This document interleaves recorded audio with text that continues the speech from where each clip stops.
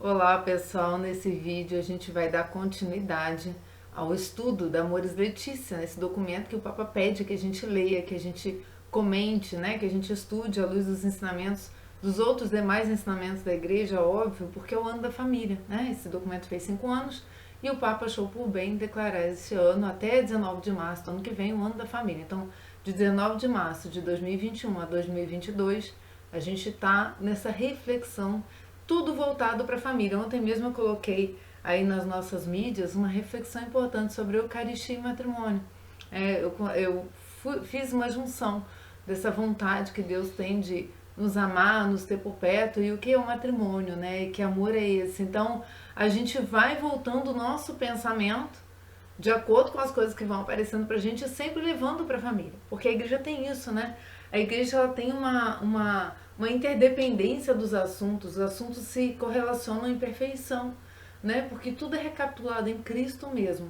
Então, pra gente começar esse vídeo, eu gostaria de fazer algumas reflexões com vocês que eu acho importante. Não vou exaurir o assunto, óbvio, né? Seria impossível, né, ficar aqui horas e horas e horas falando de perdão, mas eu vou tentar resumir ao que importa no assunto de família, né? Que é tanto a questão vamos dizer, do perdão como sustentáculo mesmo do matrimônio, que é fundamental para a sociedade, que é fundamental para Deus, que tem um sentido transcendente, não só imanente, mas também vamos tratar brevemente, né, de uma exclusão, né, dessa permanência do matrimônio. Porque o Catecismo da Igreja Católica diz que em alguns casos, apesar da gente perdoar, não é, o cônjuge, a igreja permite, né, não fere a moral a separação. Então eu quero excluir essa situação, vamos dizer, do perdão como manutenção do matrimônio, né? O perdão como um instrumento de manutenção do matrimônio.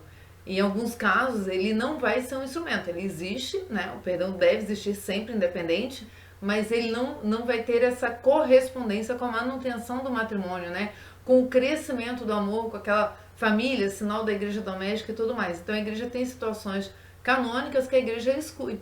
Então é importante a gente ir por exclusão, todas as demais envolvem o perdão como, vamos dizer, um sustentáculo mesmo da vida matrimonial e da vida de santidade, que é, vamos dizer, o objetivo final do matrimônio, né? Esse caminho de santidade que em todas as outras vocações se expressa da mesma forma, né? Caminho de santidade, tanto para o sacerdote, para os leigos, né? Para os religiosos, etc.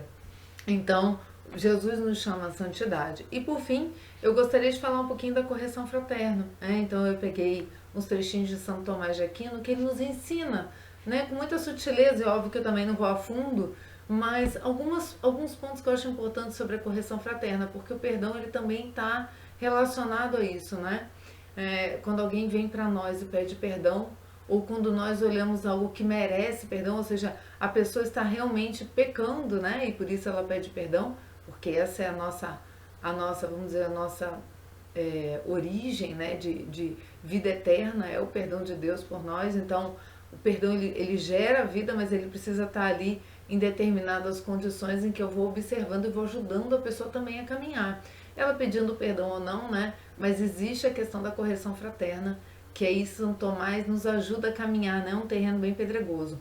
Então vamos pedir primeiro, em primeiro lugar, vamos rezar ao Espírito Santo, vamos pedir a ajuda dele. E eu quero fazer também uma oração que eu achei, né, num livro que eu tenho, que eu acho muito legal de vocês terem, que é sobre a confissão e a renúncia. Então, a oração de todos os tempos da igreja do professor Felipe Aquino. Eu gosto muito, uso muito aqui no canal. Vamos começar. Em nome do Pai, do Filho e do Espírito Santo. Amém. Vinde, Espírito Santo, enchei os corações dos vossos fiéis, acendei neles o fogo do vosso amor. Enviai, Senhor, vosso Santo Espírito, e tudo será criado, renovareis a face da terra. Deus, que instruísse os corações dos vossos fiéis, com a luz do Espírito Santo, fazei que apreciemos retamente todas as coisas segundo o mesmo Espírito e gozemos sempre de sua consolação. Por Cristo, Senhor nosso. Amém. Oração de confissão e renúncia. Senhor Jesus Cristo, creio que tu morreste na cruz por meus pecados e ressuscitaste da morte. Tu me redimiste por teu sangue e pertenço a ti. Confesso-te os meus pecados conhecidos e desconhecidos. Lamento-me por eles, arrependo-me deles, renuncio a todos eles. Eu perdoo a todas as pessoas que me ofenderam, como quero que tu me perdoes. Perdoa-me agora e lava-me com teu sangue, Jesus, que me purifica de todo pecado. E chego a ti, neste momento, como meu libertador. Tu sabes das minhas necessidades especiais, aquilo que me perverte, aquele espírito maldito que me atormenta. Clamo a promessa da tua palavra. Todo aquele que invocar o meu nome, o nome do Senhor, será salvo. Clamo a ti agora, em teu nome. Liberta-me, ó Senhor. Satanás, eu renuncio a ti e a toda a tua obra, inclusive a toda e qualquer feitiçaria, macumba, espiritismo, cartomante e tudo que direto ou disfarçadamente tenha ligação comigo. Renuncio agora também a qualquer ligação que eu ou membros da minha família, amigos e conhecidos tenham tido com as obras ligadas a ti. Renuncio a ti, Satanás, em nome de Jesus Cristo, e ordeno que me deixes agora, em nome de Jesus Cristo, o Filho do Deus vivo, meu Salvador. Amém. Em nome do Pai, do Filho, do Espírito Santo. Amém. Essas orações nos preparam, né? Para perdoar e para falar sobre o perdão. Porque a primeira coisa que me vem como pecado, e isso eu estava refletindo hoje de manhã, é que o pecado é uma agressão. O pecado, por não fazer parte da criação de Deus, né? Ele é uma criação demoníaca, uma invenção demoníaca, que é o quê? Né? O ódio a Deus. Não? O pecado é o ódio a Deus. Então, toda vez que alguém peca contra nós, que alguém precisa do nosso perdão, nós sofremos uma violência. Né? Nós sofremos uma violência verdadeira. E nós somos obrigados a passar por cima dessa violência. E isso me remete muito, não é, ao Calvário, né? Me remete muito ao sacrifício da Páscoa de Cristo, em que ele é açoitado, cuspido, escarrado, caluniado, né? E tudo que podia sofrer, não é, um ser humano na sua alma, no seu espírito, no seu corpo, Cristo sofreu e olhava os seus algozes dizendo: Pai, perdoa-lhes, né? Eles não sabem o que fazem. Então, o perdão, ele é aquele ato em direção àquele que te feriu, que te agrediu, que foi violento contigo de alguma forma, sutil ou não, ele foi violento, né? E aí você olha a miséria em que ele está e perdoa por conta da situação pior, né, dele do que a sua. A situação de quem merece o nosso perdão é pior do que a nossa que sofreu a violência. Por quê? Porque Jesus, quando viu o pecado daqueles que estavam matando o Filho de Deus, falou: eles não sabem o que estão fazendo, eles não sabem que penas, o que os aguarda. Então, pensem, meus irmãos, a primeira lógica do perdão é a reconstrução da vida. E o que nós queremos para nós queremos para os outros. Assim diz a primeira carta de São João, que eu separei para nós também. Olha só, né? João, ele vai assim, muito no fundo da questão do perdão.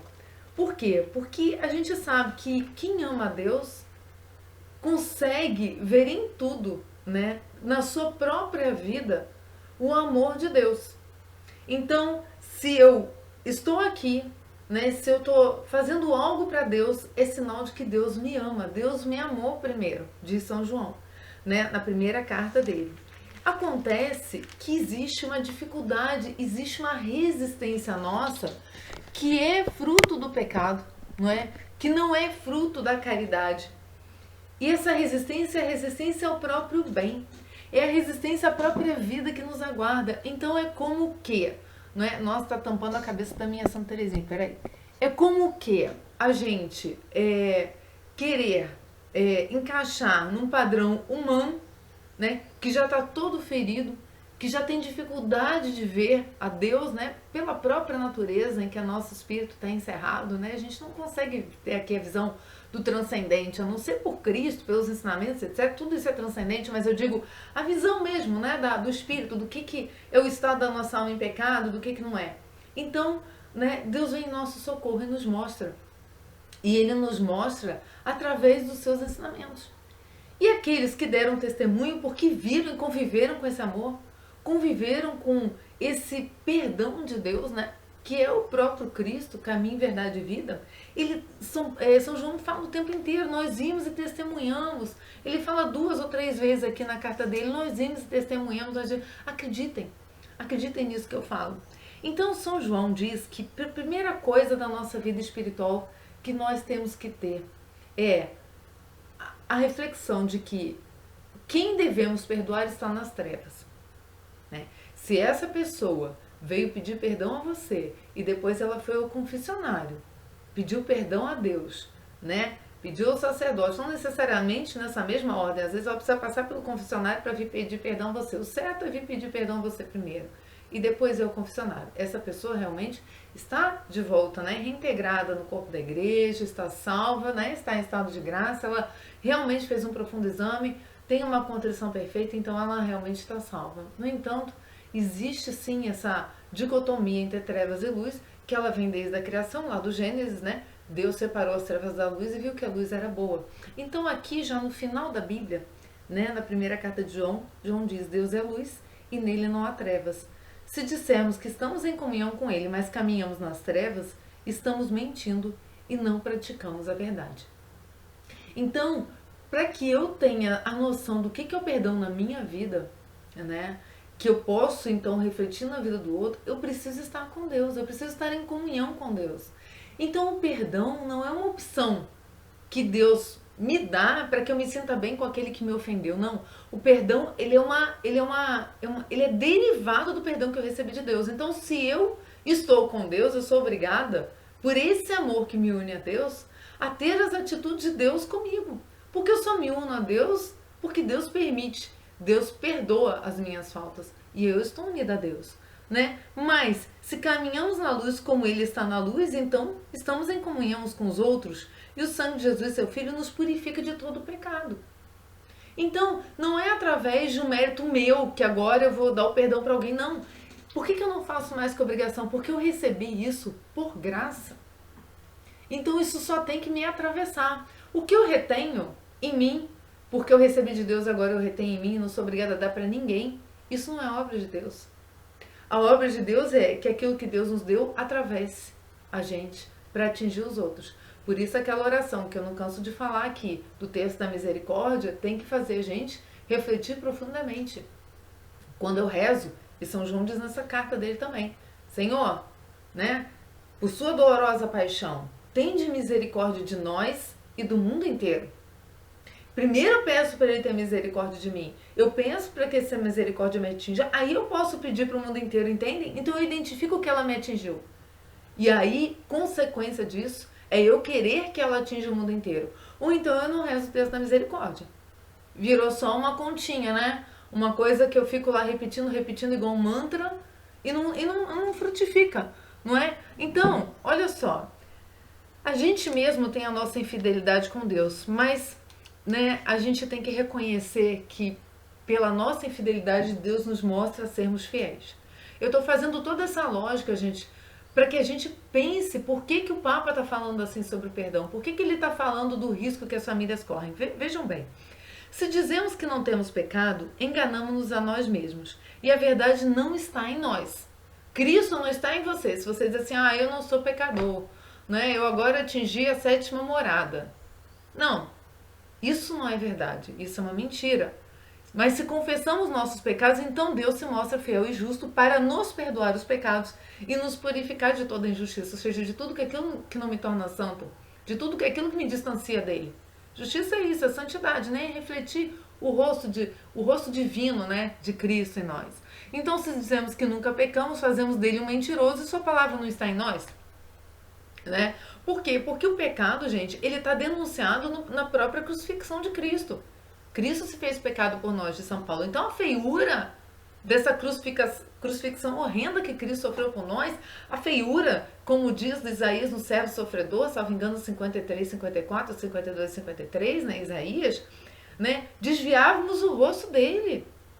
Gente, a figura do pecado está em mim e está em você escondido, porque a gente não tem a nossa visão espiritual. Mas ela foi revelada na feiura, na decomposição em vida do corpo de Cristo. Ou seja, Cristo estava vivo e o corpo dele se decompondo na nossa frente. Aquele estado da sua alma, em pecado. Então a gente está o tempo inteiro, né? Dizem os teólogos que os santos pecam 7 vezes por dia, então a gente está o tempo inteiro se recuperando, se limpando desse pecado. Por isso é tão importante a gente ter, né, o sacramento da confissão, porque o sacramento da confissão nos ajuda a perdoar. Ele nos ajuda, ele é curativo, tá? Então, para terminar essa leitura de São João, né, aquele que diz estar na luz, mas odeia o seu irmão, ainda está nas trevas.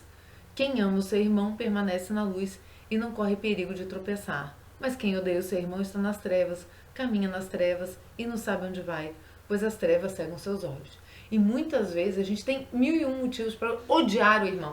A gente tem. Aquela pessoa nos persegue, nos agride, não é? Aquela pessoa, ela não tem uma atitude correta. Aquela pessoa trai, é maledicente, não é? Então a gente tem, mas a gente não tem o direito de não perdoar. E isso é dito, já é posto de cara nos primeiros ensinamentos de Cristo, lá no Sermão da Montanha. Quando Cristo diz nas bem-aventuranças, eu estou em Mateus 5, versículo 7, diz assim, olha, bem-aventurados os misericordiosos, pois eles alcançarão misericórdia. E no 11, bem-aventurados sois vós quando vos injuriarem e perseguirem, mentindo, disserem todo mal contra vós, por causa de mim.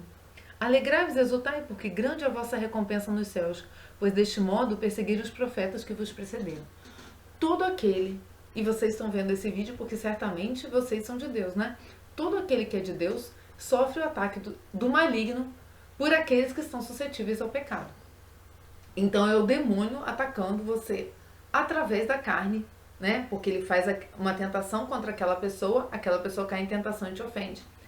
Então ele está trabalhando para ofender em última instância quem? O próprio Cristo.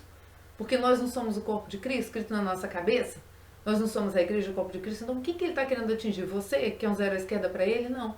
Ele está querendo atingir Cristo através de você. Ele está te usando para atingir o irmão. Então, essa lógica de perseguirem por causa de mim, tanto é óbvio quando vem que você é religioso e ficam te julgando e ficam falando mal de você pelas costas, ok, então é por causa de Cristo que estão te perseguindo, como também nas suas relações interpessoais, você também é agredido. O demônio ele incita as fraquezas daqueles que estão próximos a você. E o perdão faz com que o quê? O que ele fez seja anulado contra você. O perdão é um neutralizador das insídias de Satanás. Por quê? Porque ele é o ato da humildade. Ele é o ato da humildade porque eu me reconheço pecador primeiro. Eu reconheço que eu caí. Satanás me fez cair, mas Deus me reergueu, me perdoou. E aí eu faço aquele ciclo de salvação que Cristo veio fazer. Cristo se fez pecado para mostrar pra gente a nossa condição e venceu a morte, que é a consequência do pecado, né? A consequência do pecado é a morte, de São Paulo. O salário do pecado é a morte. Então a gente desfaz, a gente quebra esse elo de maldade. Por isso eu quis usar essa oração no início com vocês, não é? Mas existe algo que eu ainda acho o mais difícil de todos os ensinamentos de Cristo, é a passagem que eu vou ler para vocês. Porque uma coisa é eu perdoar do fundo da minha alma, do fundo do meu coração, alguém que me fez mal, porque eu já fiz essa lógica toda dentro de mim. A outra coisa é eu amar o meu inimigo. E Jesus está falando que você deve amar o seu inimigo. Não é também uma opção. E esse eu acho que, se a gente pode assinalar como um dos trabalhos principais na vida do cristão, é amar o inimigo. Diz assim, continuamos, né? No Sermão da Montanha, no Mateus 5, o versículo 43 diz: ouviste o que foi dito, amarás o teu próximo e odiarás o teu inimigo? Eu, porém, vos digo, amai os vossos inimigos e orai pelos que vos perseguem. Assim vos tornareis filhos do vosso Pai que está nos céus. Pois ele faz nascer o seu sol sobre maus e bons e faz descer a chuva sobre justos e injustos. Se amais somente aos que vos amam, que recompensa tereis? Não fazem os publicanos o mesmo? E se saudais somente os vossos irmãos, que fazeis de extraordinário? Não fazem os gentios o mesmo? Aqueles que nem receberam a palavra, né, os gentios, né? Nem receberam os ensinamentos como o povo hebreu, né? Como os publicanos lá. Sede, portanto, perfeitos como o vosso Pai Celeste é perfeito. Ou seja, a perfeição é amar os inimigos. A perfeição é tomar a sua cruz e seguir a Deus, né? Como diz, até tenho anotado aqui, né? Quem não carrega a sua cruz e não vem após mim, não é digno de ser seu discípulo, né? De ser meu discípulo. Lucas 14, 27, né? Mas tem essa lógica também, né? Essa lógica da perfeição, né? Então, o discípulo de Cristo verdadeiro é o discípulo que busca a santidade na sua vida. E é o caminho da perfeição. Então, existe para nós algo chamado de escândalo, né? E muitas vezes o que a outra pessoa fez é um escândalo para nós. Nos escandaliza, né? Nos oprime mesmo. E essa lógica do perdão, ela é libertadora mesmo. A gente vai entrar agora na Amores e Letícia. Mas prestem atenção, não é? Antes de entrar na Amores e Letícia, eu só quero falar das questões do divórcio, só para a gente não incluir nessa reflexão todas as causas que nos eximem do convívio, tá?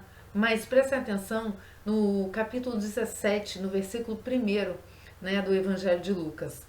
Jesus disse a seus discípulos: inevitável que surjam escândalos, mas ai daqueles que os causar. Seria melhor para ele ser atirado ao mar, com um grande mó amarrado ao pescoço, do que escandalizar um só desses pequenos. Tomai cuidado de vós mesmos. Não cuida do outro, não. Cuida de você, né? Antes de tirar o cisco do outro, tira a trave do teu. Cuidai de vós mesmos. E isso não é um fora que Deus está te dando, né? Deus está falando o seguinte para você: quando eu olho para o outro, eu tenho mais dificuldade de olhar para mim. Então, quando eu olho para mim, eu tenho mais facilidade de perdoar. Porque, como eu disse, venho dizendo e repetindo desde o início do vídeo, é sabendo que o perdão me atravessa que eu consigo perdoar o outro, né? Mas cuidar de vós mesmo. Sabe por quê? Porque você é o único responsável pela sua salvação. O teu marido, os teus filhos não são, né? A tua esposa não é. É você é o único. Então cuidai de vós, né? Cuidai de vós mesmos. Se teu irmão pecar, repreende-o. É o que a gente vai ler em São Tomás algo mais, né? Repreende-o, né? Se ele se arrepender, perdoa-lhe. Ou seja, você se arrepende, aí você repreende o teu irmão. Aí ele vai e te pede perdão. Ele aceitou aquilo que você falou. E a gente vai ver de que forma, né? E aí você perdoa. E se pecar contra ti 7 vezes em um só dia, e 7 vezes vier dizendo estou arrependido, perdoa-lhe. Porque Deus age assim com você, né? E aí vem esse ensinamento teológico que eu falei, né? Que o santo peca 7 vezes, né? Tá aí, 7 vezes é um pecador, né? O santo é um pecador que não desiste, não sei de que essa frase é de algum santo. Mas prestem atenção, meus irmãos. E a gente vê que o perdão é obra do amor. Então, por que eu peguei o finalzinho da Bíblia para nós? É Apocalipse, né? Porque Apocalipse é uma profecia que nos chama muita atenção para a nossa vida, né? É uma profecia que foi dada a São João também. Então, eu estou querendo bater nessa tecla de São João, porque o discípulo que Jesus amava, né? Diz a Escritura, e é o discípulo do amor. João fala muito do amor, né? E nada como o amor, vai dizer o Papa Francisco lá no início da reflexão dele, lá no 90 do Amores e Letícia, nada como o amor, aquele amor, caridade que São Paulo diz, né? Para nos fazer refletir sobre o perdão. E o perdão é uma obra por quê? Porque o perdão é a obra que Cristo veio fazer em si mesmo. O único que seria capaz de perdoar a ofensa infinita, de São Tomás, é Cristo. Porque ele é infinito, né? E ele tem o quê? A majestade infinita. Ele supera toda essa sujeira. Então, o perdão é a obra de Deus em nós e por nós. Vejam bem o que diz no Apocalipse, no 22, né, o último capítulo da Bíblia. Eu estou no versículo 12. Eis que venho em breve trazendo comigo a minha recompensa, para retribuir a cada um segundo suas obras. Então, qual foi sua obra? Né? Eu sou o Alfa e o Ômega, o primeiro e o último, o princípio e o fim. Bem-aventurados os que lavam suas vestes, pois assim poderão fruir da árvore da vida e entrar na cidade pelas portas. Mas ficarão de fora os cães, os feiticeiros, os devassos, os assassinos e os idólatras e todos que amam a mentira e a praticam. Estão fora. Estão fora. Né? Então vejam o que eu falei. Né? É grave. É o finalzinho mesmo. Né? Lá no final, né? São João diz, né? Aquele que dá testemunho dessas coisas diz, sim, eu venho em breve. Amém. Vem, Senhor Jesus. Assim termina a nossa Bíblia, né? A graça do Senhor esteja com todos. Gente, se essa graça está comigo e eu estou vendo que o meu irmão, ele está em pecado, ele não está dentro dessa lógica. Olha a gravidade dessa pessoa que mexe com essas coisas todas. Né? É bíblico, gente, que essa pessoa está excluída, a alma dela está muito pior do que o seu físico. e sua alma também, que muitas vezes é oprimida pelo mal do outro. E nesses casos em que a alma é oprimida pelo mal do outro, a igreja, dentro agora da lógica do matrimônio, né? Então entendo esse preparo inicial que a gente tem que fazer da nossa espiritualidade para poder acolher o ensinamento do Papa aqui, né?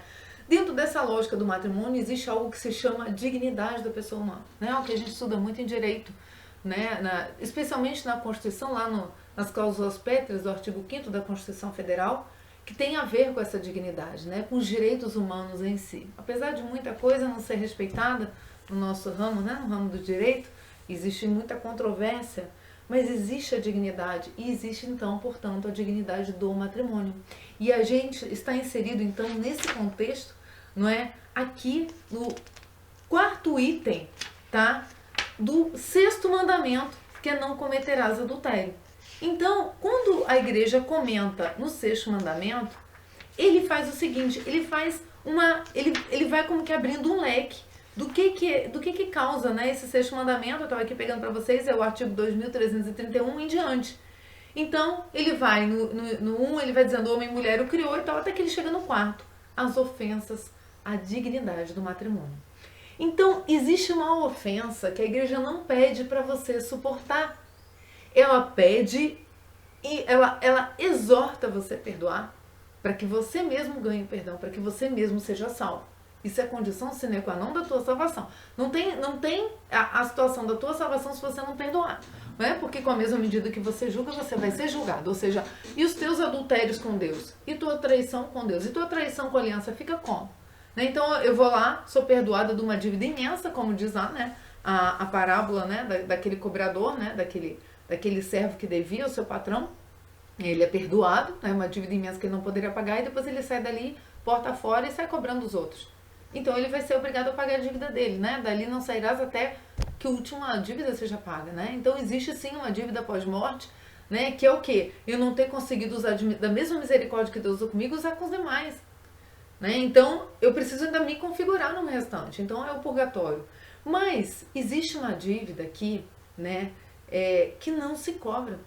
Por quê? Porque ela está ferindo a dignidade humana, ela está ferindo a tua liberdade, ela está ferindo, não é? Ela não é uma, vamos dizer, ela não é uma sujeição, não é? Por amor a Deus, de uma situação que muitas vezes é chata, é ruim, é negativa, né? Somente, ela está já ferindo a tua dignidade, a tua espiritualidade mesmo. Então a igreja fala do divórcio assim.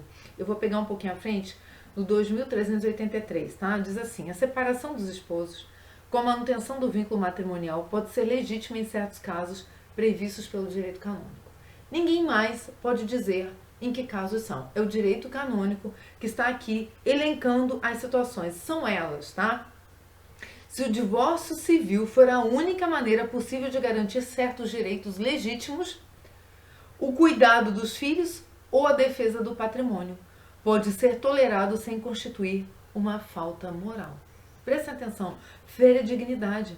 São pessoas que muitas vezes não se prepararam adequadamente, aliás, muitas vezes não, eu posso dizer que todas, não se prepararam adequadamente para o matrimônio.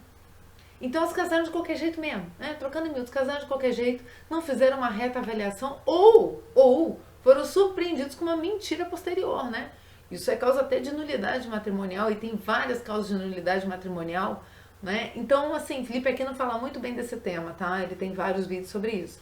Mas presta atenção, a gente está aqui na questão do o perdão não reconstitui a situação do matrimônio, a paz matrimonial. Por quê? Porque a igreja diz que quando precisa garantir direitos legítimos, ou seja, a pessoa dilapida patrimônio, a pessoa gasta o que não tem, a pessoa vive, né, causando danos à família, né? Ou ela fere mesmo o cuidado dos filhos, é uma pessoa que abusa dos filhos, é uma pessoa que abusa, né, do álcool, que maltrata os filhos, né? São situações opressoras assim na dignidade, né? E essa questão da defesa do patrimônio.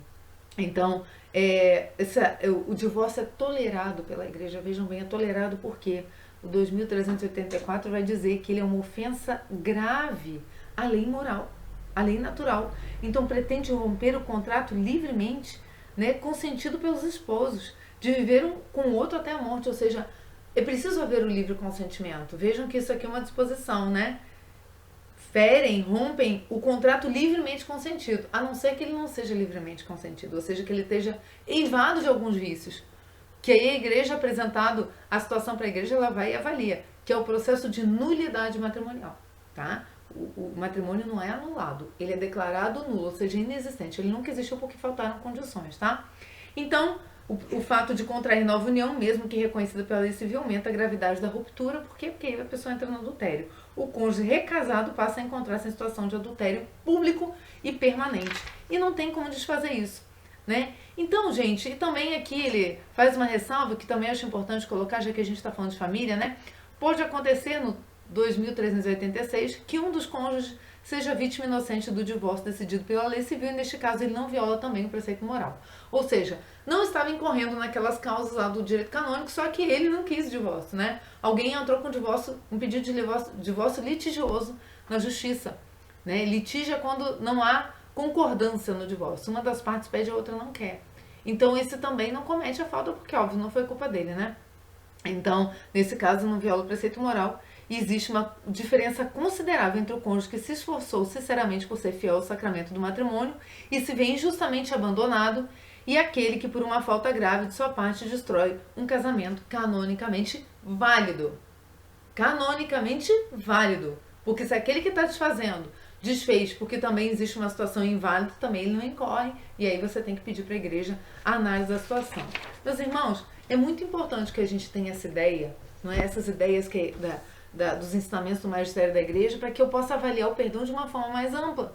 Senão eu me restringo eu tenho que perdoar tudo e continuar tudo como está. Não, em alguns casos não, né? E existe também formas corretas. Então vamos passar já, Amores Letícia, né? Entender que obra é essa, não é, que nos pede o Santo Padre aqui no perdão das famílias. Porque primeiro o Papa chama atenção no 31 do Amores Letícia para uma realidade da família. Então ele fala assim, a realidade dos desafios da família. Ouçam bem o que a igreja nesse momento, nesse tempo, inclusive de forma mais incisiva ainda neste ano, está pedindo para que a gente reflita nesse assunto.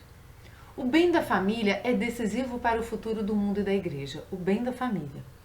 É salutar prestar atenção à realidade concreta, porque os pedidos e os apelos do Espírito ressoam também nos acontecimentos da história. É por isso que a gente não pode ser apegado aqui, só isso. Não posso. Por quê? Porque o Espírito acompanha a igreja no desenrolar da história. Senão não recapitularia a história em Cristo. Os ensinamentos de Cristo vão se desdobrando. Esses documentos são desdobramento da igreja, são o chamado mesmo da igreja. Então é salutar prestar atenção nessa realidade concreta, do hoje e do agora. Então no 32 vai dizer, estamos conscientes da direção que vão tomando as mudanças antropológico-culturais, em razão das quais os indivíduos são menos apoiados do que no passado pelas estruturas sociais na sua vida afetiva e familiar. Ou seja, existe uma desestruturação da família, contra a qual nós cristãos somos chamados a lutar. E no âmago dessa luta está o perdão. Entendem? Existe uma implosão satânica das famílias. E esse é o combate que a gente tem que fazer com esses vídeos. Porque é isso que o Papa nos pede. Ele está pedindo aqui, olha, há que se considerar no 33 o crescente perigo representado por o quê? Por um individualismo exagerado. Eu só penso em mim, é o egoísmo, culto do eu. O homem está cada vez mais centrado em si, nas suas próprias leis. Então vale o que é lei para ele, o que é lei de Deus já não vale mais. Né? Então, o individualismo exagerado que desvirtua, né? Tira a virtude dos laços familiares e acaba por considerar cada componente da família como uma ilha.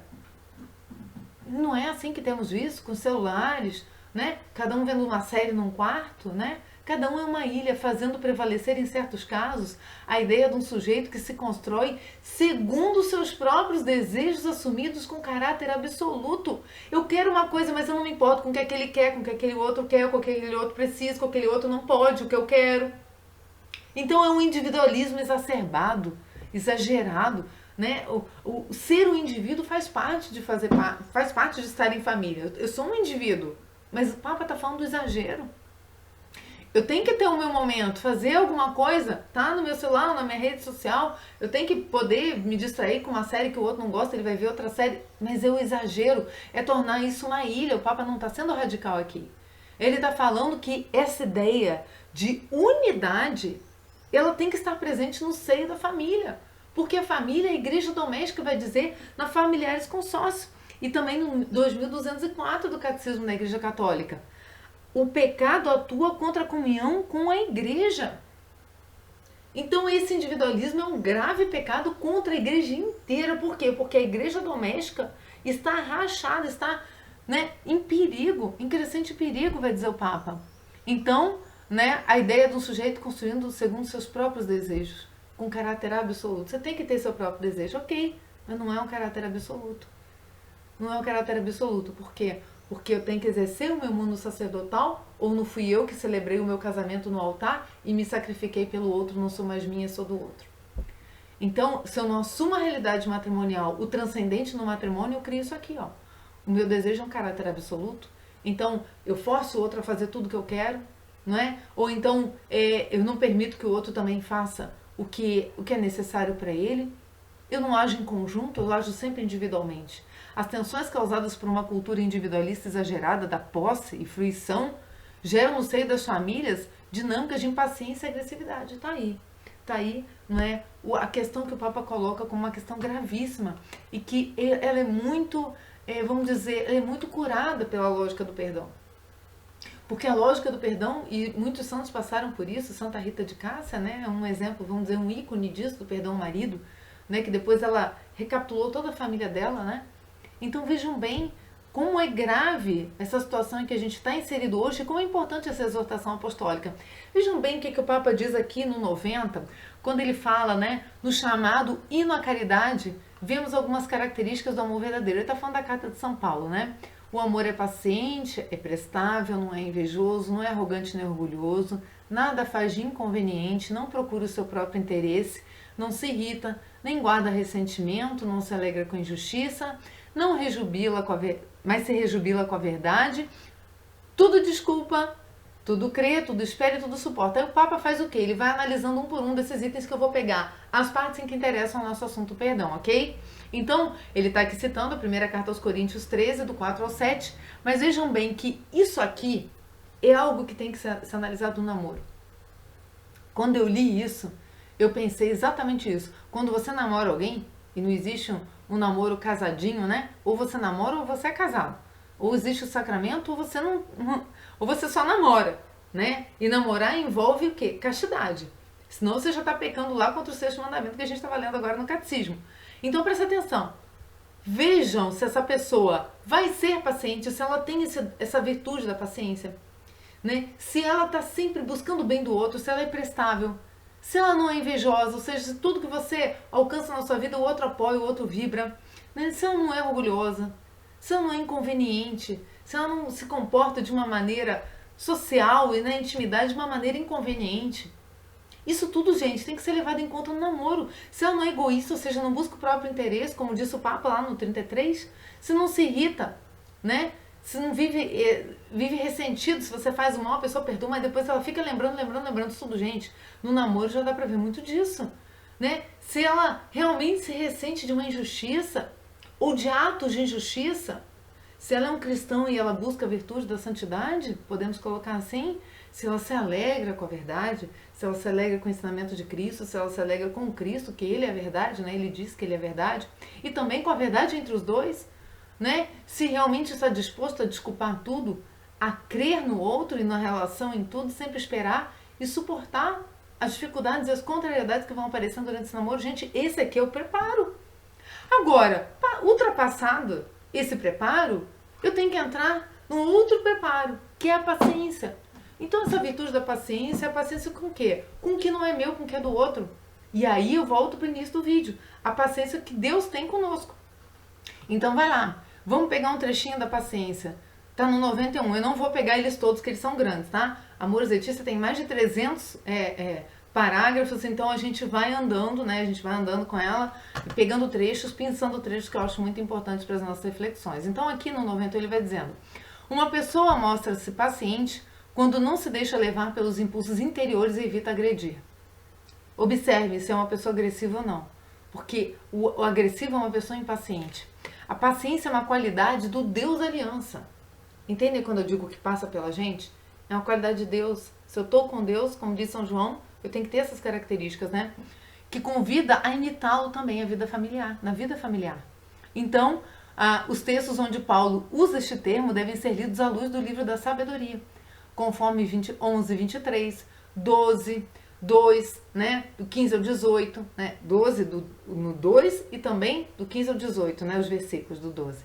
Ao mesmo tempo que se louva a moderação de Deus para dar tempo ao arrependimento, né? Deus mesmo, ele atrasa a justiça para que dê tempo da gente, o tempo é um presente para mim e para você que a gente se arrependa, para que a gente se arrependa, né? Então Deus é paciente, insiste no seu poder que se manifesta quando atua com misericórdia. Olha aí, a gente está vivendo a misericórdia, morreu, acabou, morreu a justiça. Eu vou encarar quem? O justo, o Cristo. Eu vou encarar o meu modelo padrão, a minha configuração. Estou configurada? Ok, vou para o céu. Eu morri em estado de graça, mas não estou configurada, eu vou para o purgatório. Vou me assemelhar a ele, vou buscar o que está me faltando. E se eu estou em pecado mortal, não tem nem como estar diante dele, né? Porque o pecado é incompatível com a pureza, é incompatível com a graça. Então, toda essa lógica de Deus, ela tem que nos atingir, meus irmãos, para que a gente fuja também dessas armadilhas que são criadas no seio familiar com relação à discórdia, à falta de perdão, né? Eu não quero que isso me atinja, eu perdoo. O problema fica com o outro. E eu rezo pelo outro para que não seja problema para ele também. Então a paciência de Deus é o exercício da misericórdia de Deus para com o pecador e manifesta o verdadeiro poder. Vejam como o Papa Francisco está levando a gente a meditar na ação de Deus primeiro dentro de nós, meus irmãos. O Papa está perfeito aqui. Ter paciência não é deixar que nos maltratem permanentemente. Aí a gente pega, né, aquele artigo da possibilidade do divórcio, né, que é o 2384 lá do Catecismo da Igreja Católica. Então, não é uma permissão de maltrato permanente. Nem tolerar agressões físicas. O Papa também não quer isso. Ou permitir que nos tratem como objetos, né? O seu marido te usa, te maltrata, né? A sua mulher também faz a mesma coisa, os dois, né, como se estivessem acabando um com a vida do outro, em vez de frutificar e crescer no amor, né? O problema surge quando exigimos que as relações sejam idílicas. Ou seja, é um ideal que eu construí e agora eu começo a exigir aquele ideal. Ou que as pessoas sejam perfeitas, ou quando nos colocamos no centro, esperando que se cumpra unicamente a nossa vontade. A gente volta lá para o 33, ele está repetindo aqui. Eu me coloco no centro, eu me cultuo o meu ego. Então agora todos têm que estar à minha disposição, porque eu estou no centro. Isso aqui não é amor. Isso aqui é um problema gravíssimo, né? Então tudo nos impacienta. Por quê? Porque eu sou cobradora, eu fico olhando os outros à minha volta e quero que eles estejam centrados no que eu sou, né? Então tudo nos impacienta, nos leva a reagir com agressividade. Se não cultivarmos a paciência, sempre acharemos desculpa para responder com ira, acabando por nos tornarmos pessoas que não sabem conviver, antissociais, incapazes de dominar os impulsos e a família tornar-se um campo de batalha. Então aqui o Papa está nos chamando a atenção para a virtude da temperança. Eu tenho que ser capaz de dominar os meus impulsos. Isso é um trabalho diário. Se você vai começar hoje, ou se você já começou, né, a força vem da oração. A força vem da Eucaristia, a força vem da confissão dos pecados, vem dos sacramentos, vem da presença viva de Cristo. Então existe esse campo de batalha espiritual para que a família não vire esse campo de batalha familiar que o Papa está chamando a atenção. Por outro lado, por isso, a palavra de Deus exorta-nos. Toda espécie de azedume, raiva, ira, gritaria, injúria desapareça de vós, juntamente com toda a maldade. Efésios 4:31. Esta paciência reforça-se quando reconheço que o outro, assim como é, também tem direito a viver comigo nessa terra. Ou seja, tem direito de ser quem é e ao mesmo tempo viver comigo, né? E isso eu faço essa escolha lá no namoro. Aqui ele tá falando da família, gente. Mas existe uma peneira. Se isso servir de peneira, perfeito. É melhor ainda, né? Se eu consigo reconhecer essas coisas no outro. Porque existem pessoas que não têm essa vocação para o matrimônio. Às vezes a vocação é para o celibato mesmo. Vocação para a castidade. A pessoa porque não quer ser celibatária vai lá e casa. E aí se afunda e afunda o outro, né? Então não importa se é um estorvo para mim, se altera os meus planos, né? E eu vou dizer que se é um estorvo, no sentido de que se tornou, né? Tendo por premissa que a pessoa fez uma boa avaliação para se casar. Porque se já era um estorvo no namoro, então o que eu estou fazendo aqui? Se eu já aceitei, Agora eu vou carregar a cruz, como eu li lá em Lucas, né? Não importa se é um estorvo para mim, se altera os meus planos, se me molesta com seu modo de ser ou com suas ideias. Tá vendo que não é nada agressivo aqui, ele tá falando da maneira da pessoa ser, da personalidade. E se não é em tudo como eu esperava, não importa. O amor possui sempre o sentido de profunda compaixão que leva a aceitar o outro como parte deste mundo, mesmo quando age de modo diferente daquilo que eu desejaria. Então tá aí, ele está dizendo para que a gente vá, não é, em socorro espiritualmente da fraqueza daquele outro. Por quê? Porque Deus vem em socorro espiritualmente da minha fraqueza. Porque assim como o outro não é o ideal para mim, eu também não sou um ideal para Deus. Ou eu sou uma filha perfeita. Eu sou? Posso dizer que sou? Aí a gente já entra na questão do perdão, na Amores Letícia, e aí o Papa vai no ponto central do perdão, que é o tema do nosso vídeo. Ele diz assim, o amor tudo perdoa, né? Quando ele está analisando o amor tudo perdoa, estamos no 105. Se permitirmos a entrada de um mau sentimento no nosso íntimo, damos lugar ao ressentimento que se aninha no coração. Se aninha, fica lá, aninhado, né? Então, esse sentimento, ele é permitido, diz o Papa, tá? Eu permito, ainda faço um ninho para ele dentro do meu coração, né? Eu tenho encontro mal, eu tenho o mal gravado no meu coração.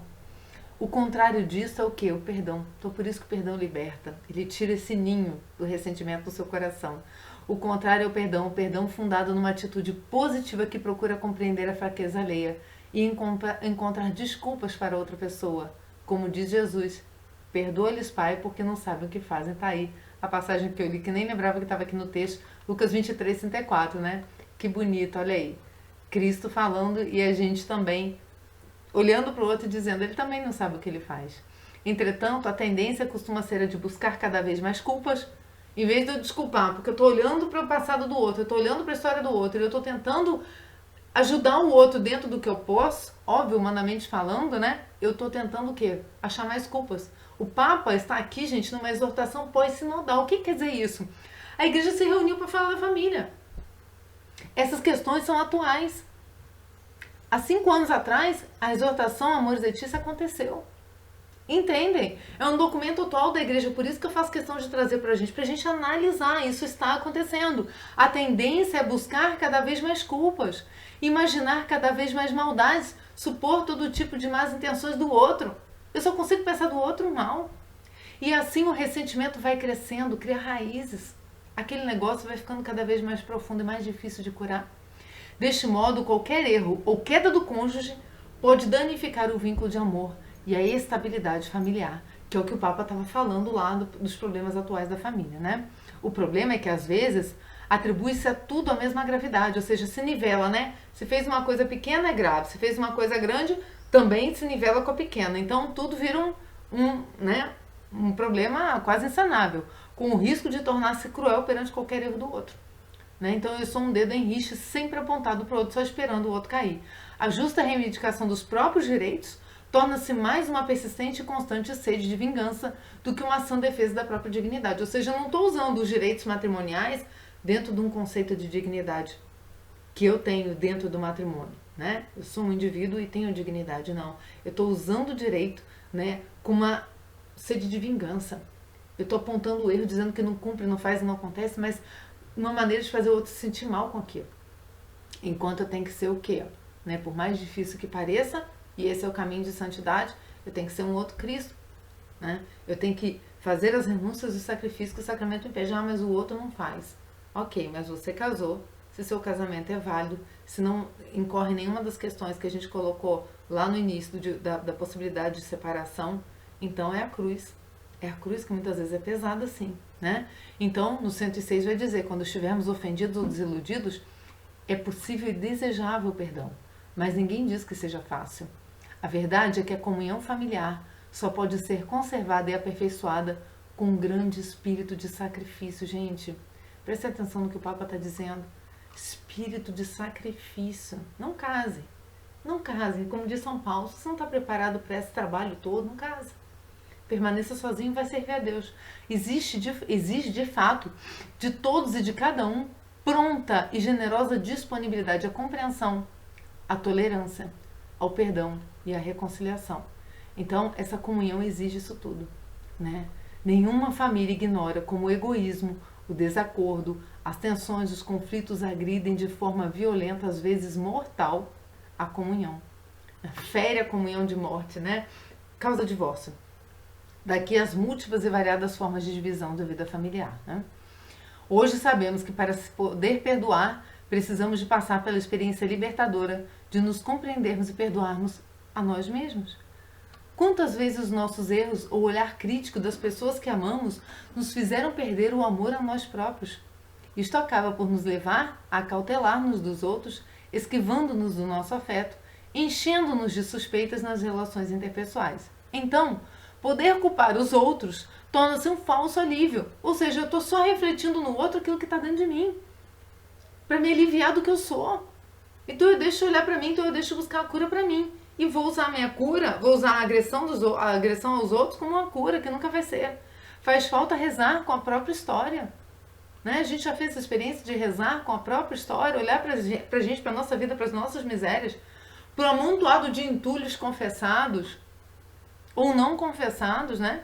Aceitar-se a si mesmo, saber conviver com as próprias imitações, inclusive perdoar-se, para poder ter essa mesma atitude com os outros. Então aquela pessoa que não perdoa, está dizendo aqui o Papa, é aquela pessoa que muitas vezes não consegue nem se perdoar. É a pessoa que tem dificuldade consigo, pessoa que não se ultrapassa, não vê o amor de Deus por ela, não vê a misericórdia de Deus por ela e não consegue dar um passo em direção ao outro. Não consegue sair de si, está sempre fechado, trancou e jogou a chave fora. O Papa está dizendo, não façam isso, não façam isso. Isso mata o matrimônio.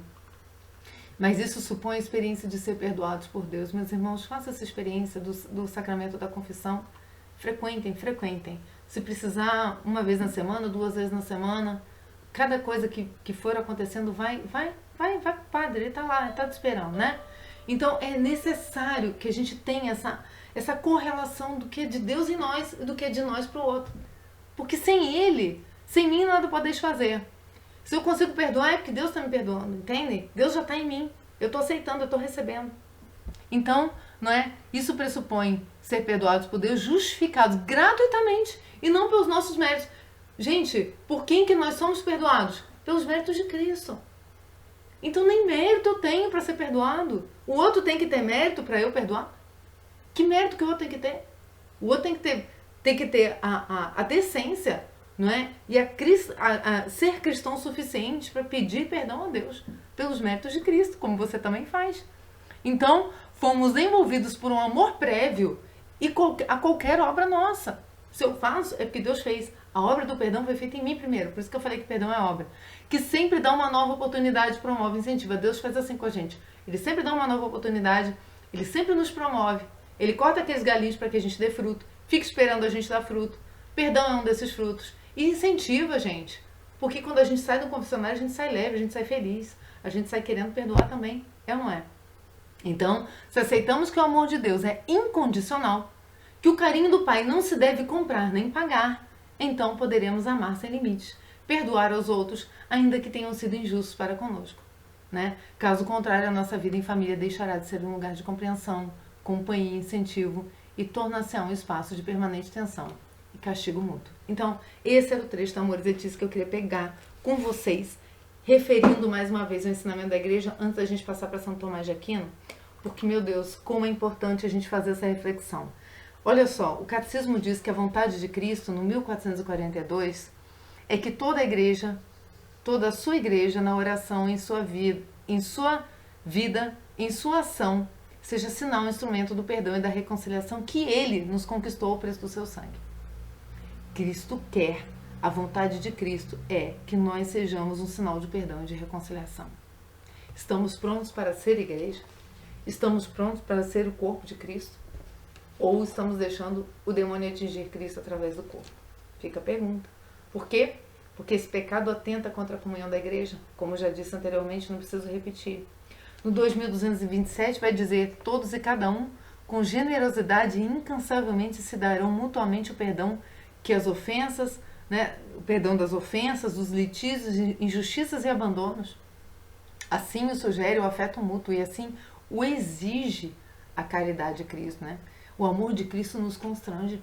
se o amor de Cristo não me constrange a amar o outro e realmente a passar uma borracha naquilo que o outro me fez, né? Passar uma borracha no sentido do trato com o outro. É óbvio que a memória existe, né? Não tem como apagar a memória, mas existe a caridade. A caridade é um fogo, ela purifica o nosso coração, né? Purifica também o outro, ajuda a purificar o outro, né? Devemos perdoar ofensas, litígios, brigas, né? Injustiças e abandonos. Devemos perdoar, né? Todos têm que se darão. 2227 são comandos, meus irmãos. Hoje a gente não é católico, né? E aqui citando a Familiares Consórcio, né, para terminar o trechinho do catecismo que eu queria ler com vocês sobre o perdão, vai dizendo no 2204 que a família cristã constitui uma revelação e uma realização específica da comunhão eclesial. A família realiza de certa forma, né, o reino de Deus aqui, porque ela é o reflexo da união final de Cristo com a igreja. A esposa e o esposo, não é isso? Por isso o esposo dá a vida pela igreja, Cristo deu a vida pela igreja, então o esposo dá a vida pela sua esposa. E a esposa é submissa a Cristo, aos ensinamentos de Cristo, né? Então segue, ela está ali ajudando, auxiliando, né, o esposo. Então olha que bonito. Essa é uma realização específica de uma comunhão eclesial de toda a igreja. Por este motivo, há de ser designada como uma igreja doméstica. Está na Familiares Consórcio 21. Ela é uma comunidade de fé. A família é uma comunidade. Vocês não frequentam as comunidades? Vou na comunidade tal e tal? Não. A família é uma comunidade de fé, de esperança e de caridade. Por quê? Porque todas essas virtudes são trabalhadas no âmbito familiar. As crianças crescem aprendendo a também, amanhã depois, formarem a família delas em uma outra comunidade, não é isso? Então ela reveste de uma importância singular na igreja, como transparece no Novo Testamento. Ela é um sinal, gente, ela é um sinal da igreja, por isso o ataque ao demônio, né? E como diz o Padre Paulo, o sacerdote também, porque além dele ser o sustentáculo dessa família pelos sacramentos, óbvio, né? E de todas as outras ordens religiosas ou, vamos dizer, vocações leigas, etc. Mas o sacerdote, ele é casado com a igreja, porque ele é um outro Cristo. E Cristo casou com a igreja. Então, esse matrimônio, os dois matrimônios, sacerdotal, né, e o matrimônio dos cônjuges, ele está na referência também do ataque do maligno. Por quê? Porque é a forma que ele tem de atacar o corpo mesmo de Cristo, tá? Então, ele aqui no Catecismo vai citar, se vocês quiserem pegar, né, a carta aos Efésios 5, do 21 ao 6, 5, 21 e 6, 4. Também está em Colossenses 3, do 18 ao 21 e na 1 de Pedro 3, do 1 ao 7, tá? Então, eu queria, para terminar esse vídeo, passar para umas finais leituras aqui sobre Santo Tomás, e eu não quero deixar de fazer, mesmo que esse vídeo se prolongue, vocês cortem, por favor, em partes porque é muito importante isso que a gente vai ler. Sobre o sacramento da penitência, eu peguei um livro do Scott Hahn que eu gosto muito, chamado Senhor, tem de piedade, e um trechinho só que está em Deus tornou a confissão um rito. Ele fala da importância desse ato de contrição. Por que eu estou fazendo esse preparo para entrar em Santo Tomás? Porque esse ato de contrição, ele implica nisso que o Papa Francisco estava falando ali. Eu reconhecer minha culpa. É um ato concreto que eu tomo, né? Então vai dizer, não devemos subestimar o poder desses atos de contrição. Nas palavras de um santo da atualidade, amor significa atitudes, não somente palavras doces, né? Então, por volta dos anos de 1970, um slogan popular dizia: amar significa nunca ter que pedir desculpas. Mas isso não é verdade. Amar não significa dizer somente me desculpe, mas manifestá-lo também. Esta é a natureza humana, embora a nossa natureza decaída resista de forma poderosa, que eu dizia no início do vídeo, né? A gente tem essa tendência para não querer, né? Deus que criou nossa natureza sabe o que funciona para nós. Precisamos dizer, me desculpe, precisamos manifestar isto. E precisamos fazer algo nesse sentido. Não é só ter um ato, sabe? Não é só ter um ato de contrição e corrigir com ato. Eu preciso verbalizar. Eu preciso dizer, olha, me desculpe, pontuar, porque que nem eu vou lá no confessionário e eu tenho que pontuar para o padre, olha, me desculpa, eu fiz isso, eu pensei isso de você. Prestem atenção, gente, o perdão, ele é transcendental, né? E aqui, o Scott Hahn, ele vai falar dessa remontagem, né, de Adão e Eva. Porque tudo isso que a gente está refletindo aqui tem um ponto inicial, né, que é o pecado dos nossos primeiros pais. Ele vai dizer aqui, né, o deslize da serpente. Olha que interessante a pontuação que ele faz. Ele e Eva morreram, está falando de Adão e da história da salvação, né? Se a morte tem o significado de morte espiritual, descrita por Philon, então sim, eles morreram. Se por morte entendermos um pecado mortal e a perda da graça divina, então sim, eles certamente morreram. Mas verdadeiro e completamente do que seus corpos mais verdadeiro e completamente do que seus corpos se tivessem sido explodidos por uma granada diabólica. Eles tinham morrido de morte. E por que Deus sujeitou Adão e Eva a tal destino? Porque morrer de morte, gente, é a morte eterna, tá? É isso que ele está falando, né? Por que Deus sujeitou Adão e Eva a tal destino? Esse destino que nós herdamos e que agora nós combatemos, né? Pela essa análise do perdão e especialmente do perdão na família, né? Figurando Adão e Eva. Porque algo maior estava por vir. Algo maior estava por vir. Adão e Eva foram os primeiros a receber a vida da graça, pois Deus pretendia que a graça fosse uma semente de glória. Adão foi feito no paraíso, mas destinado ao céu. Deus queria que Adão compartilhasse da vida interior da Trindade, que é o completo dom de Deus em si mesmo. O Pai que se derrama de amor pelo Filho, o Filho que corresponde a esse amor, amando totalmente o Pai com o dom da sua própria vida, e o amor partilhado entre o Pai e o Filho, que é em si uma pessoa divina, o Espírito Santo. Vejam bem como Adão e Eva também espelham o que é a Trindade. Vejam bem a correlação que está falando, né? Da criatura divina nessa dinâmica da Trindade. Então, para que Adão compartilhasse dessa vida trinitária, ele teria que começar a viver lá na terra, no paraíso. Teria de se oferecer completamente em sacrifício. Mas foi isso que ele não conseguiu fazer. E muitas vezes nos matrimônios acontece isso. Entendem essa dinâmica, meus irmãos? Não existe algo meramente no ano de 2021 para a nossa vida, ou os que vão seguir esse vídeo. Existe algo que prefigurou tudo isso que a gente está vivendo. Existe um caminho de restauração que Cristo vem nos trazer. De quê? Da vida da graça. E o matrimônio é o quê? O caminho disso. Por quê? Porque foi através dele que isso foi desfeito. Essa vida da graça. Adão não estava disposto a entregar sua própria vida pela causa de seu amor a Deus, nem para salvar a vida de sua amada. E esta recusa em se sacrificar foi o pecado original de Adão. Então tá aqui, meus irmãos, aí o fruto. Então vamos lá. E aí a gente vai para a solução. Ok, já falamos que tem que perdoar, mas de que forma? Então São Tomás vai nos dar uma mãozinha aqui para a gente terminar. Então ele diz assim, olha, o contrário é o que diz Agostinho, né? O contrário do quê? Né? Da questão da correção fraterna. Ele está falando que a correção é uma obrigação, se eu não corrigir eu estou em pecado.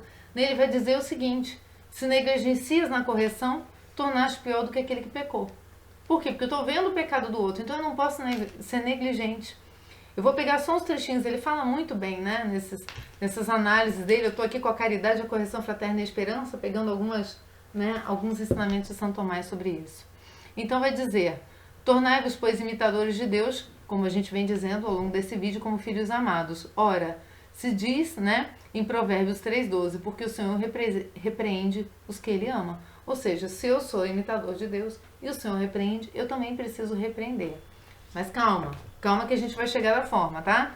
Então ele vai dizendo que a correção fraterna subordina-se ao preceito, né? Ou seja, se o erro está subordinado ao preceito, ou seja, é erro porque foi contra um preceito, então a correção está subordinada a isso. Ou seja, eu vou corrigir se houve realmente uma agressão ao preceito. A razão disso é que somos obrigados pelo preceito a amar ao próximo. Entende? Então, se aquela pessoa que está sendo corrigida falhou com esse preceito de amar ao próximo, eu também falho no amor ao próximo se eu não corrijo, como diz Santo Agostinho. Então, Santo Tomás está desdobrando, né?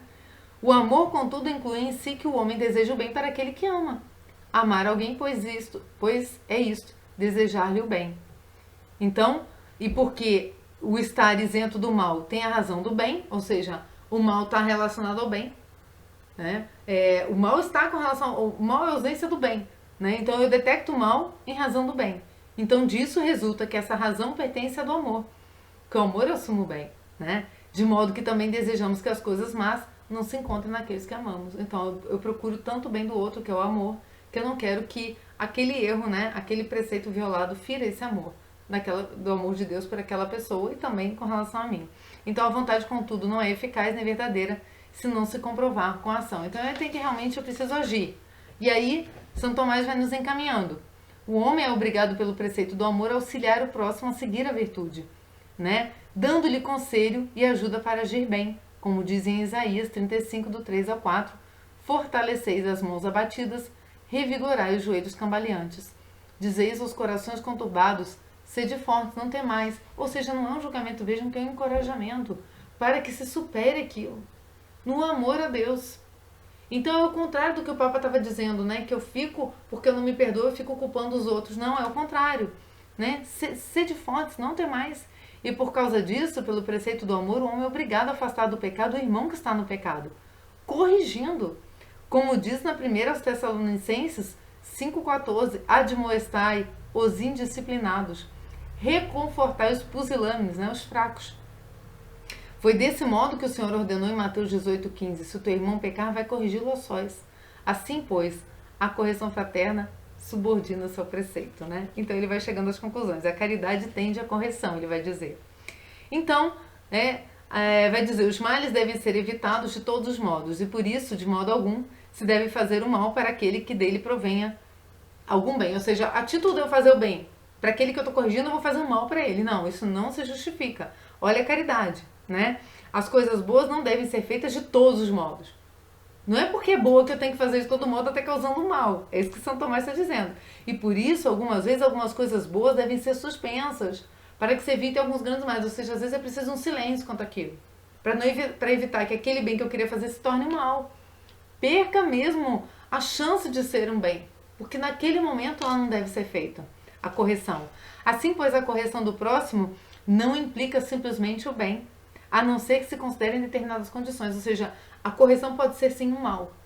E aí eu mesma acabo violando o preceito, porque eu estou querendo cumprir o preceito e eu cumpro o preceito de qualquer jeito, não. São Tomás está dizendo, existem condições para correção, ok? Torna-se indigno para corrigir o outro aquele que não corrige a si mesmo. Então, São Tomás aqui ele está colocando a primeira condição. Corrigir a mim mesmo, porque como que eu vou corrigir o outro se eu estou incorrendo na mesma falta do outro, entendem? Então é preciso essa correção. Olha o caminho que São Tomás vai andando. Eu tô rindo porque a gente faz isso assim no automático. A gente corrige os outros, mas não para olhar pra gente. O Papa Francisco pediu, olha pra você. Ore no sentido de orar, né? Ore com sua própria história. Né? Seja digno para corrigir o outro. Corrija a si primeiro. Todavia não está perdido, porque deve abandonar os pecados e assim corrigi-los. Mateus 7,5, tira a primeira trave do teu olho, então verá bem para tirar o cisco do olho do teu irmão, que eu tinha citado até antes. Vamos lá. Então, vai dizer São Tomás, sempre que alguém se encontre em estado de pecado, corrige o outro de certo modo, né?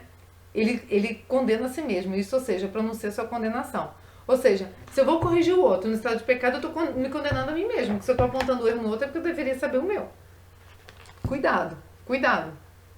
Então, a correção coativa é um ofício dos superiores, mas a caritativa é um ofício de todos. Ou seja, então a mim cabe corrigir tendo em vista a caridade. Né? E se de fato orgulho com soberba adquire a condenação para si mesmo. São Tomás, isso tudo São Tomás que está dizendo. Né? E quem que deve fazer uma correção coativa? Quem deve impor penas? Os superiores. Quem são esses? Sacerdotes. Sacerdotes. Um diretor espiritual. Esse tem que corrigir. A mim cabe a correção caritativa. Esse é o ofício de todos, né? Então, vai dizer São Tomás que se a correção ocorrer segundo devidas circunstâncias, não se seguirá daí qualquer perturbação, mas um estabelecimento mais poderoso da paz, uma vez removidas as causas das discórdias. Isso tem tudo a ver com o que a gente leu, né?